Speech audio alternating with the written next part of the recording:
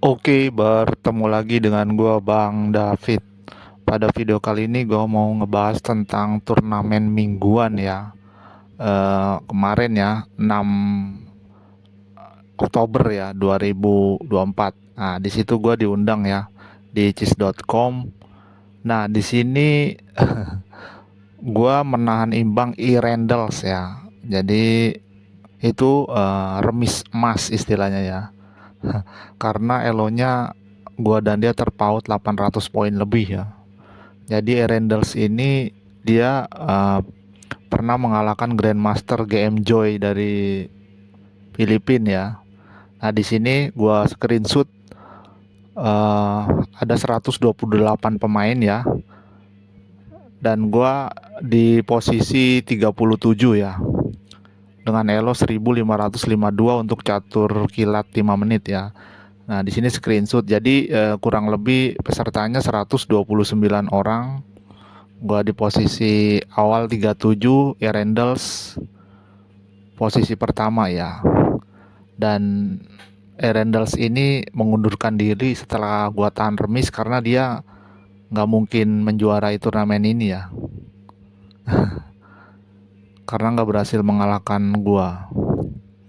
Terus nah dilihat, nah ini posisi terakhir, juaranya Yuda Alwidar, dan nomor 2 Dedi Prasetya, dan nomor 3 Hermawan.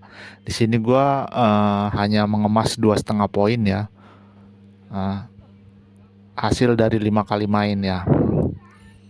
Selain Irendels, gua menahan Irendels ya. Gua juga melawan Cah Deso 2000 ini ya, dengan elo 2071, dan gua kalah ya melawan Cah Deso ini ya. Tapi ya seperti itulah namanya permainan. Nah, nih ya, ini adalah posisi draw ya, Irendels ya, by repetition. Jadi si Irendels ini kena sekak, nggak ngaso-ngaso ya, alias kena sekak abadi oleh gua ya. Jadi dia repetition ya, jadi dianggapnya remis. Nah, kita juga bisa ngecek si akun Irendals ini ya di chess.com, nggak harus login. Kita ketik Irendals, nah ini muncul ya, ada Irendals dari Spanyol, Indonesia, dan Kanada ya. Kita pilih yang Indonesia, dan ini adalah kemenangan terbesarnya si Irendals ini ya, mengalahkan GM Joy itu. Dia menang waktu ya di catur kilat juga. Uh, Dia juga di gua browsing di akunnya banyak mengalahkan internasional master, FIDE master, apalagi hanya kandidat master, FIDE master, internasional master pun banyak yang tumbang oleh Irendals ini ya. Jadi gua menahan remis Irendals ini sampai dia keluar dari pertandingan. Di partai ketiga dia nggak melanjutkan, hanya 0 langkah, dan dia dianggap kalah ya, karena mungkin dia meninggalkan pertandingan ya. Oke, kita lihat aja cuplikan pertandingannya. Oke. Oke, ini adalah cuplikan pertandingannya ya. Gua menggunakan buah putih sedangkan Erendel hitam ya. Oke, kita mulai. Biasa pembukaan E4. Nah, dia pembukaan Perancis ya. Lanjut, gue persiapan pembukaan Gambit Raja. Dia maju, gue makan, dia makan, langsung gue pampet ke D4 ya. Nah, dia menyerang dengan kuda.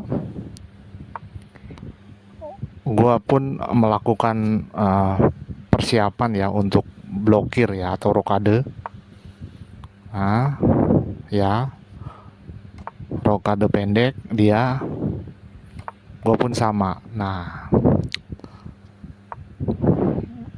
dia persiapan untuk menyerang di petak hitam ya. Nah, gue majukan kuda dan dia mengajukan gajah ke F5 ya. Nah, gajah gua membuat provokasi ya. Dan benar saja dia ingin menukar gajah gua karena dianggap strategis mungkin ya. Gua mengancam gajah dia menyelinap, gua mengancam kuda dia kabur ke bawah. Nah, di sini gua harus memukul gajah dia ya. Nah, gajah di E4 ya. Dia balas. Nah, gue persiapan menyerang di petak B2. Nah, dia pukul kuda gua pukul kembali. Nah, di sini benteng gua terbuka untuk melakukan penyerangan ya di jalur F. Nah, dia pukul pion, gua pukul dan dia melakukan skak langsung ya. Memang bagus sekali ya. Gua menghindar, dia mempersiapkan kuda. Nah, sekarang giliran gue mengancam menteri dia, pasti digeser. Nah, dia geser ke H6 ya, menterinya. Nah, gue persiapan menyerang ke F7 ya. Jadi persiapan. Nah, dia buka. Dia pun persiapan benteng untuk menyerang D4. Nah, gua jaga. Nah, ini tidak gua sia-siakan lagi ya. Harus gua makan. Ya, karena dia itu ya sudah pernah mengalahkan Grandmaster ya. Bisa dilihat di profil akunnya ya. Nah, dia di sini. Nah, di sini di teori catur ini adalah N pasan ya. Jadi pion nggak bisa langsung melangkah dari G7 ke G5. Dia karena dicegat oleh pion E5 ya, dia harusnya majunya satu petak saja. Karena dia maju 2 petak, gua makan langsung. Nah, di sini gua ancam menterinya bergeser, gua ancam skakmat di G7. Dia jaga, gua makan bentengnya. Nah, sekarang gua adu lagi menterinya karena dia pemain kuat. Nah, bukan kuat lagi ya, ini udah ada dengkot asli gitu karena pernah mengalahkan Grandmaster ya. GM Joy itu bukan main Grandmaster. Nah, di sini gua tuker kembali, dimakan dan skak. Nah, di sini sudah tercapai ya. Kemungkinan remis ini besar. Dan itu target gua ya, karena dia disidik atau di peringkat pertama ya. Elo tertinggi yang ikut turnamen ini ya. Nah, skak. Nah, gua skak terus. Nah, gua skak. Gua